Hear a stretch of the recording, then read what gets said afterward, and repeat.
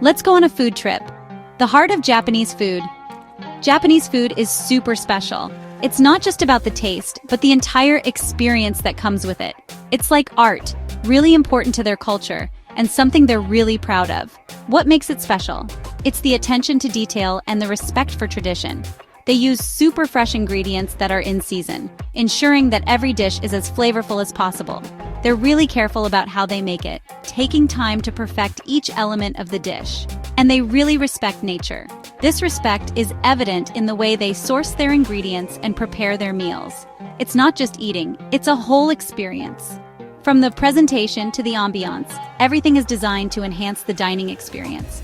From sushi that tastes light and fresh, with each piece crafted to perfection, to ramen that makes you feel warm inside, comforting you with its rich, savory broth. Every dish has a story. These stories are passed down through generations, preserving the essence of Japanese culture. It's like taking a bite of history and clever cooking. Each meal is a testament to the skills and knowledge of the chefs. They even have this thing called umami, a unique taste that adds depth to their dishes, which is like a fifth taste. It's a savory flavor that enhances the overall taste experience. It's what makes all the flavors come together in your mouth like a dance. The balance of flavors is meticulously crafted, but it's more than just looking and tasting good. It's about the connection it creates among people. Japanese food is really important to their culture. It's a way to celebrate and bring people together. They have it at festivals, special events, and family gatherings, and even just in their everyday lives. It's a daily ritual that strengthens bonds and creates memories. It's how they connect with each other and share their history. Through food, they pass down traditions and stories. Let's go on a food trip through time. We'll explore the roots of Japanese cuisine and see how it has evolved. We'll see how Japanese food started way back in the past, influenced by various cultures and historical events, and how it changed to what it is today. From traditional dishes to modern fusion cuisine, Japanese food continues to evolve while staying true to its roots. Before we continue, if you are enjoying this video, feel free to like, subscribe, and hit the notification bell to receive future updates. Way back when. How Japanese food began. Japanese food goes back thousands of years to a time called the Jomon period. This era, which dates back to around 14,000 BCE, is known for its early pottery and the beginnings of a settled lifestyle. The Jomon people were among the first to create pottery, which they used for cooking and storing food. Back then, people were mostly hunters and gatherers. They relied heavily on the natural resources available to them, which meant they had to be skilled in hunting, fishing, and foraging. They ate a lot of fish, shellfish, wild plants, and nuts because that's what they could find around them. The coastal regions provided an abundance of seafood, while the forests were rich in edible plants and nuts. Then came the Yayoi period. This period, starting around 300 BCE, marked significant changes in Japanese society. That's when rice came from other parts of Asia, and it changed everything. The introduction of wet rice farming revolutionized their way of life. Rice became the most important food in Japan. It wasn't just a staple, it became a central part of their culture and economy. People started farming it, which changed how they lived and created communities. Villages formed around rice paddies, leading to more permanent settlements and a more structured society. They also started using metal tools and making pottery during this time, which made cooking easier. These advancements allowed for more efficient farming and food preparation techniques. Buddhism also had a big impact on their food. Introduced in the 6th century, Buddhism brought new dietary practices and restrictions. They couldn't eat certain things, so they had to find new ways to cook and new dishes to make. This led to the development of a variety of vegetarian dishes and innovative cooking methods. This is when they started using a lot of vegetables, tofu, and other plant-based foods. Tofu, made from soybeans, became a popular source of protein. So, you see, Japanese food became what it is over a really long time. It evolved through various periods, each contributing unique elements to the cuisine. It's a mix of where they lived, what other cultures they met, and how they learned to make new things. The fusion of indigenous practices with influences from China, Korea, and later the West created the rich and diverse culinary tradition we know today. Fit for a king. When emperors loved food. The Asuka period was a time of big changes in Japan. This era, spanning from 538 to 710 AD, marked the beginning of significant cultural and political transformations. It was during this time that Japan began to open up to influences from neighboring countries, especially China. They had a strong government and started to learn a lot from China, even about food.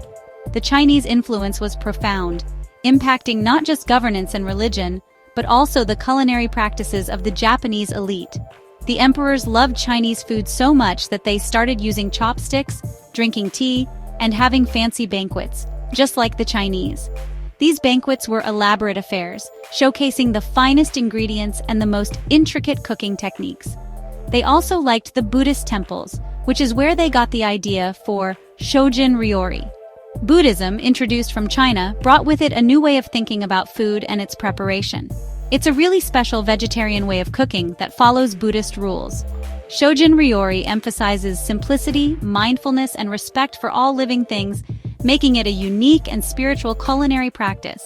Shojin Ryori is all about using fresh, seasonal ingredients and making the food look beautiful. The presentation is just as important as the taste, reflecting the Japanese aesthetic of wabi-sabi, which finds beauty in simplicity and imperfection. It's like a work of art on a plate. Each dish is meticulously crafted to please not just the palate, but also the eyes, making dining a multi-sensory experience. Then came the Heian period, a time when art and writing were really popular. This era, from 794 to 1185 AD, saw a flourishing of Japanese culture, with a particular emphasis on aesthetics and refinement. And guess what? Food was part of the art. Culinary practices became more sophisticated, and the presentation of food was elevated to an art form, reflecting the cultural values of the time. The emperor's love for food spread all over Japan. Their culinary preferences influenced the entire nation, leading to the adoption of new ingredients and cooking methods. It was like a trend. People from different regions began to experiment with these new influences, creating a diverse and rich culinary landscape. Different places started making their own versions of dishes, and slowly, a Japanese style of cooking started to become known. This fusion of local and foreign elements laid the foundation for what we now recognize as traditional Japanese cuisine.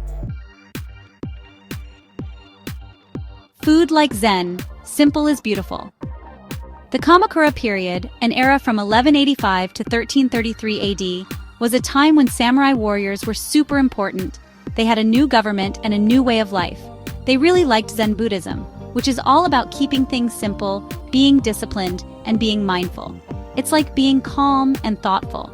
Zen ideas started showing up everywhere in Japanese culture, even in their food. This is how kaiseki cuisine was born. It's a really special way of eating that started with the tea ceremony. Kaiseki is all about using fresh ingredients and not doing too much to them. They let the natural flavors and textures of the food speak for themselves. Then, during the Muromachi period, an era from 1336 to 1573 AD, powerful lords called daimyo became important. They were like the cool kids with the best cooks. Their courts were like food labs where they tried new things and made their own special dishes. It was like a competition to see who had the best food. From simple to superstar, Japanese food goes global. The year 1868 was a big year for Japan. They decided to modernize and learn from the Western world. The government wanted everyone to try Western technology, clothes, and even food. Fancy Western restaurants started popping up in big cities, and people loved trying new things. But even though they were trying new things, they still loved their traditional Japanese food. Sushi, which used to be a simple street food, started to become fancy. It's amazing how it changed into the delicious food we know today. In the 20th century, Japanese food went global. People from Japan traveled the world and opened restaurants, sharing their amazing food with everyone. And guess what? People loved it. Now Japanese food is famous all over the world, and it's only getting more popular. Mixing old and new technology in the kitchen. Japanese food is really cool because it can change with the times. They try new ingredients, ways of cooking, and even use technology. But they never forget their traditions of freshness, seasons, and balance. Technology has changed how they get their ingredients, how they cook, and even how we enjoy Japanese food. Now, they have special fridges and trucks that keep food fresh, so no matter where you are in Japan, you can get the best ingredients all year round. And get this, technology is helping them keep their traditions alive. Master chefs are making videos and going online to teach people their secret techniques. It's like having a cooking class with a pro. New technology might even change how they make and eat Japanese food in the future. It's exciting to think about all the new and delicious possibilities. Robots in the kitchen, automating culinary expertise. Have you ever heard of artificial intelligence? It's like having a super smart computer. It's changing everything, even the way we cook. In Japan, they're using AI to make food better, faster, and even more personal. They have robots in kitchens that can do the same task over and over, like making sushi rolls, noodles, or tempura. This means human chefs have more time to be creative and make new dishes. Plus, it helps when there aren't enough chefs to do all the work. AI is also helping them make sure they don't waste food. It's like having a smart fridge that tells you what to cook. And get this, there are even AI chatbots that can talk to you in restaurants. They can suggest dishes based on what you like, what you can't eat, and even your mood. Food just for you. AI-driven personalization and innovation in Japanese cuisine. AI isn't just about making things faster in Japanese cooking. It can also make your meals super special, just for you. Imagine this. You walk into a restaurant and the chef is an AI. It asks you what you like, what you can't eat, and even how you're feeling. Then it creates a special menu just for you. AI can also help them keep their old recipes and ways of cooking alive. It's like having a cookbook that never forgets.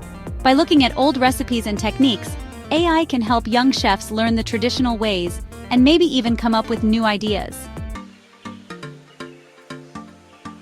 The best of both worlds, tradition and technology, shaping the future of Japanese cuisine. Japanese food is at a really cool point right now. They're using new technology but also remembering their traditions. It's not about replacing the old ways. It's about making them even better and sharing them with the world. The future of Japanese food is all about humans and technology working together.